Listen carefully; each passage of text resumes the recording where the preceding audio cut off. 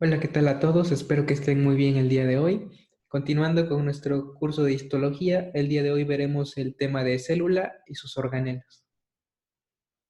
La célula es la unidad estructural y funcional básica de todos los organismos vivos y tenemos dos tipos, las células procariotas y las células eucariotas. Como nuestro curso es de histología humana, únicamente estaremos hablando de células eucariotas. Estas células están divididas en dos compartimentos que son el citoplasma y el núcleo. A su vez, el citoplasma está conformado por los organelos, el citoesqueleto que le da sostén, las inclusiones que son sustancias que se introducen a la célula y todo esto va a estar sumergido en una sustancia acuosa llamada citosol. En esta imagen vemos un esquema de la célula con sus dos compartimentos. Esto de aquí es el citoplasma compuesto por los organelos, las inclusiones, el citosol es lo que se encuentra entre los organelos. Tenemos aquí la membrana plasmática y el núcleo. Los organelos se dividen en los que están limitados por una membrana y los que no. Entonces tenemos los organelos membranosos y los no membranosos. En los organelos membranosos tenemos la membrana plasmática, el retículo endoplásmico rugoso, el retículo endoplásmico liso, el aparato de Golgi, los endosomas, los lisosomas, las mitocondrias y los peroxisomas. Y los no membranosos son los microtúbulos, los filamentos de actina, los filamentos intermedios, centriolos, los ribosomas y los proteasomas. Bien, ahora vamos a describir los organelos membranosos. El primero es la membrana plasmática, también llamada membrana celular o plasmalema.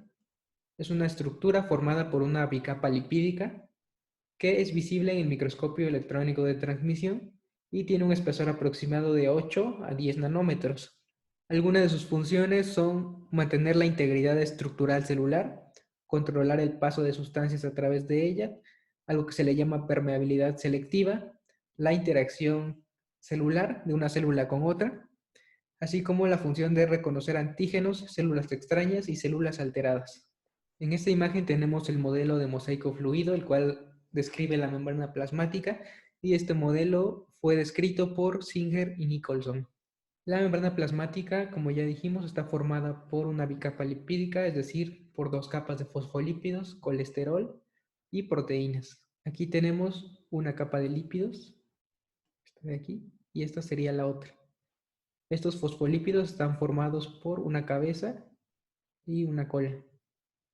Las cabezas son hidrófilas, mientras que las colas son hidrófobas. Como vemos, los lados hidrófilos se mantienen del lado extracelular e intracelular. Esto que vemos aquí son algunas proteínas. Tenemos proteínas integrales y proteínas periféricas. Las proteínas integrales son las que atraviesan completamente la membrana plasmática, como esta que tenemos aquí. Vemos que atraviesa la membrana, o esta de aquí. Esta también. Estas serían proteínas integrales. Las proteínas periféricas son las que se encuentran únicamente de un lado, ya sea del extracelular, como estas de aquí, o del intracelular.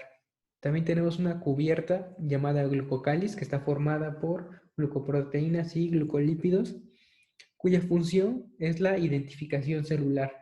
Este glucocáliz va a ser diferente en cada organismo, por lo cual va a ser el responsable del rechazo a los trasplantes. Tenemos 6 tipos de proteínas integrales de membrana, que son las bombas, los conductos, las proteínas receptoras, proteínas de enlace, enzimas y proteínas estructurales. Aquí tenemos las bombas que transportan iones, aminoácidos o monosacáridos activamente. Es decir, que para transportarlos necesitan ATP. Entonces aquí tenemos el ejemplo de la bomba sodio-potasio que va a intercambiar estos iones. Luego tenemos los conductos que permiten el paso de iones o agua en cualquier dirección. Es un transporte pasivo, por lo cual no necesita ATP. Luego tenemos las proteínas receptoras, que se encargan del reconocimiento de ciertas moléculas, como estas que tenemos aquí, y que van a transmitir una señal y producir una respuesta. Tenemos diferentes tipos de receptores. Pueden ser receptores hormonales, receptores de anticuerpos, etc. Luego tenemos las proteínas de enlace, que es esta de aquí, que se encargan de unir el citoesqueleto con la matriz extracelular. Acá tenemos como de un lado está sujetando un filamento de actina del citoesqueleto y del lado extracelular está sujetando una fibra de colágeno que forma la matriz extracelular. Luego tenemos las enzimas, como esta de aquí, que son proteínas que catalizan diferentes reacciones químicas. Por lo tanto, vamos a tener muchos tipos de enzimas con muchas funciones diversas. La última proteína serían las proteínas estructurales, que son estas de aquí, que se encargan de las uniones célula-célula, es decir, que van a mantener unida una célula con otra. Tenemos que este es el espacio intracelular de una célula y este sería el espacio intracelular de otra. Estas serían sus membranas y vemos cómo están uniendo una célula con otra. El transporte de membrana se da principalmente mediante estos tres mecanismos, que son la difusión simple, una proteína transportadora y una proteína canal. Tenemos la difusión simple, que es cuando sustancias atraviesan la membrana siguiendo un gradiente de concentración, pasan de donde hay más a donde hay menos. Esto se da sobre todo con moléculas liposolubles y sin carga. Entre más liposoluble sea la molécula, mejor va a atravesar la membrana. Este es un transporte pasivo, es decir, no requiere energía en forma de ATP. Luego tenemos el transporte dependiente de proteínas transportadoras, que al depender de una proteína, solo va a transportar un tipo de molécula. Este puede ser tanto transporte activo como transporte pasivo. Luego tenemos la proteína canal, que esto va a ser el transporte de moléculas hidrosolubles de un lado al otro de la membrana. Este también es transporte pasivo y puede ser activado por voltaje o por ligandos. Tenemos la endocitosis, que es un proceso de transporte vesicular por el cual sustancias se van a introducir a la célula. Tenemos tres tipos: la pinocitosis, la fagocitosis y la endocitosis mediada por receptor. También se clasifican en dependientes e independientes de clatrina. La pinocitosis se refiere a la ingestión de líquido por vesículas. Es un proceso constitutivo, eso significa que está pasando constantemente y no necesita de señales. Es independiente de clatrina, pero dependiente de caveolina y flotilina. El siguiente tipo de endocitosis es la fagocitosis, que es la incorporación de bacterias o desechos celulares a la célula. Esta es dependiente de receptores y se forman pseudópodos y las vesículas que se forman se llaman fagosomas. Acá tenemos el ejemplo de una bacteria opsonizada con anticuerpos, que son estos en rojo de aquí. Y estos anticuerpos se van a unir al receptor que se encuentra en la membrana plasmática. Este receptor va a desencadenar la señal que va a formar estos pseudópodos. Y estos pseudópodos se van a unir y van a formar la vesícula. Esta vesícula se va a llamar fagosoma, que posteriormente se va a unir al lisosoma y con sus enzimas va a degradar a esta bacteria o estos desechos. Esta función está muy desarrollada en células del sistema fagocítico mononuclear, que son diferentes tipos celulares distribuidos en los tejidos que tienen función fagocítica. Este proceso es independiente de clatrina, pero dependiente de actina. Luego tenemos la endocitosis mediada por receptor, que va a ser la entrada de moléculas específicas, ya que depende de su receptor. Y sus receptores, tenemos este ejemplo de aquí. Cuando se una a la molécula, va a desencadenar la señal que va a hacer que se forme la vesícula. Y de esta forma se va a introducir esta sustancia a la célula. Este tipo de endocitosis es dependiente de clatrina. La clatrina, esta línea azul que vemos aquí, que ayuda a formar la vesícula. Otro tipo de transporte vesicular es la exocitosis, que es un proceso por el cual ahora las sustancias van a salir de la célula, van a ser expulsadas al espacio extracelular. Tenemos dos tipos de exocitosis: constitutiva y regulada. La constitutiva se refiere a que, así como son producidas las sustancias, inmediatamente después son liberadas al espacio extracelular. En esta imagen tenemos el ejemplo de la síntesis de proteínas por el retículo endoplásmico rugoso, que va a mandarlas al aparato de Golgi, que este se va a encargar de clasificarlas y envasarlas. Las manda en vesículas a la superficie apical de la célula, donde la membrana de estas vesículas se fusiona con la membrana plasmática y de esta forma va a permitir que salgan las sustancias. De este lado tenemos la exocitosis regulada, que es el mismo proceso, la síntesis de proteínas en el retículo endoplásmico rugoso, se llevan al aparato de Golgi en vesículas. Estas vesículas se transportan a la parte apical de la célula, donde se mantienen almacenadas hasta que reciben el estímulo por algún receptor o por algún ion. Mientras no se reciba este estímulo, estas proteínas se van a mantener almacenadas. Una vez recibido el estímulo, se van a fusionar sus membranas y se va a liberar estas proteínas. Los lisosomas son organelos digestivos con enzimas hidrolíticas como proteasas, nucleasas, lipasas, glucosidasas y fosfolipasas. Estos organelos van a degradar moléculas que derivan de la exocitosis y tienen bombas que transportan hidrogeniones hacia su interior para mantener un pH ácido de 4.7. Su membrana es resistente a estas enzimas, ya que si se liberaran al citoplasma, causarían la degradación de esta célula, lo que se llama autólisis.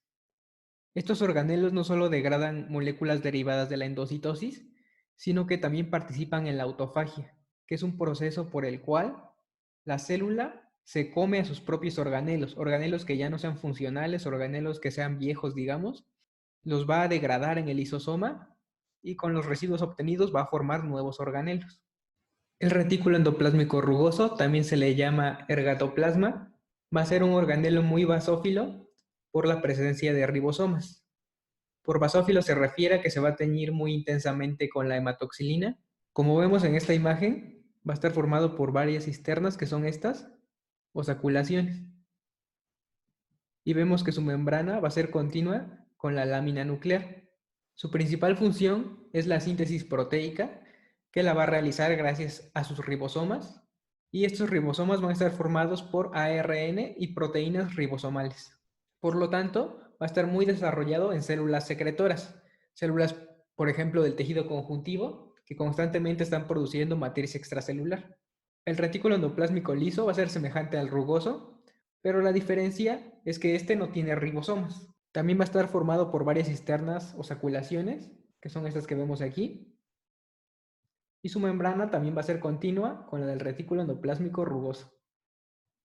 Este organelo va a ser abundante en células que participan en el metabolismo de lípidos y va a estar muy desarrollado en células que producen esteroides. Otra de sus funciones es desintoxicar a la célula, por lo cual va a tener grandes cantidades de enzimas desintoxicantes y sobre todo va a estar muy desarrollado en los hepatocitos.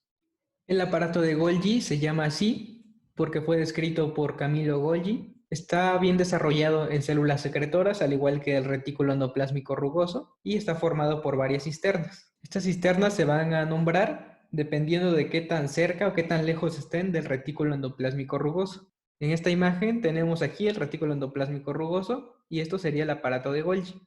Por ejemplo, aquí es la más cercana al retículo endoplásmico rugoso y se va a llamar red cis. La siguiente sería la red intermedia y esta que sería las cisternas más alejadas del retículo endoplásmico rugoso sería la red trans. La función del aparato de Golgi va a ser la clasificación y el envasado de las proteínas sintetizadas por el retículo endoplásmico. Entonces, estos dos organelos siempre van a trabajar en equipo. Por eso es que los dos están muy desarrollados en células secretoras, ya que el retículo endoplásmico produce y el aparato de Golgi clasifica y envasa. Por lo tanto, si hay mucha producción, vamos a necesitar mucho trabajo de paquetería, digamos, que es el que va a realizar el aparato de Golgi. Entonces, como estos dos organelos siempre trabajan en equipo, hay una comunicación entre ellos dos, que es mediante el transporte anterógrado y retrógrado. En esta imagen tenemos el retículo endoplásmico rugoso de este lado y aquí el aparato de Golgi, que es la cisterna más cercana al retículo, que sería la red cis. El retículo va a sintetizar las proteínas mediante sus ribosomas y ahora las tiene que enviar al aparato de Golgi. Para esto se va a apoyar de vesículas que se van a formar por esta proteína que vemos aquí, que se va a llamar COP2. Entonces se forman estas vesículas y se mandan al aparato de Golgi, que la membrana de esta vesícula se va a fusionar con la membrana del aparato de Golgi y de esta forma van a entrar las proteínas a sus saculaciones. A este proceso se le llama transporte anterógrado, es decir, que va hacia adelante. Pero en ocasiones el retículo le manda al aparato de Golgi proteínas por error, proteínas que se colaron dentro de la vesícula. Entonces el aparato de Golgi lo que tiene que hacer es devolverlas. ¿Y cómo las va a devolver? A través del mismo mecanismo, a través de vesículas, pero ahora de regreso. Por lo tanto va a ser transporte retrógrado. Aquí está el aparato de Golgi con proteínas que le enviaron por error. Va a formar vesículas. Y estas vesículas se van a formar con la ayuda de esta proteína que se llama COP1 y ahora las va a regresar al retículo endoplásmico. Entonces, la comunicación entre estos dos organelos se da mediante estos mecanismos de transporte y recordemos, ambos son transportes vesiculares, pero el anterógrado es gracias a las proteínas COP2 y el retrógrado a las proteínas COP1. Por último, tenemos a la mitocondria, que es el organelo encargado de producir ATP, es decir, producir la energía para la célula, por lo cual va a ser muy abundante en células que requieran una gran cantidad de energía para funcionar. Para observarlas utilizamos un colorante especial llamado verde de llano o verde de Janus. Existe la teoría de que este organelo en realidad es una célula procariota que vive en simbiosis con una célula eucariota, debido a que tiene su propio material genético y que además su división no está sincronizada con la división celular. Este organelo está formado por dos membranas. Tenemos la membrana externa, que es esta de aquí, y una membrana interna, que sería esta, que forma estos pliegues a los que se les llama crestas. El espacio que existe entre estas dos membranas se le va a llamar espacio intermembranal, que sería este de aquí. Y el espacio que existe entre las crestas se le va a llamar matriz mitocondrial, que es este de aquí. La membrana mitocondrial externa, que es esta, va a tener conductos que van a permitir el paso de sustancias del citoplasma hacia el espacio intermembrana, por lo cual el espacio intermembranal va a ser un ambiente exactamente igual al que hay en el citoplasma. La membrana mitocondrial interna, que es esta de aquí está formando una cresta, va a tener enzimas para las reacciones de oxidación y la producción de ATP. La matriz mitocondrial, que es esta de aquí, va a tener enzimas para el ciclo de Krebs y la beta-oxidación de ácidos grasos. Y con eso terminamos el tema de hoy y nos vemos la próxima con organelos no membranosos.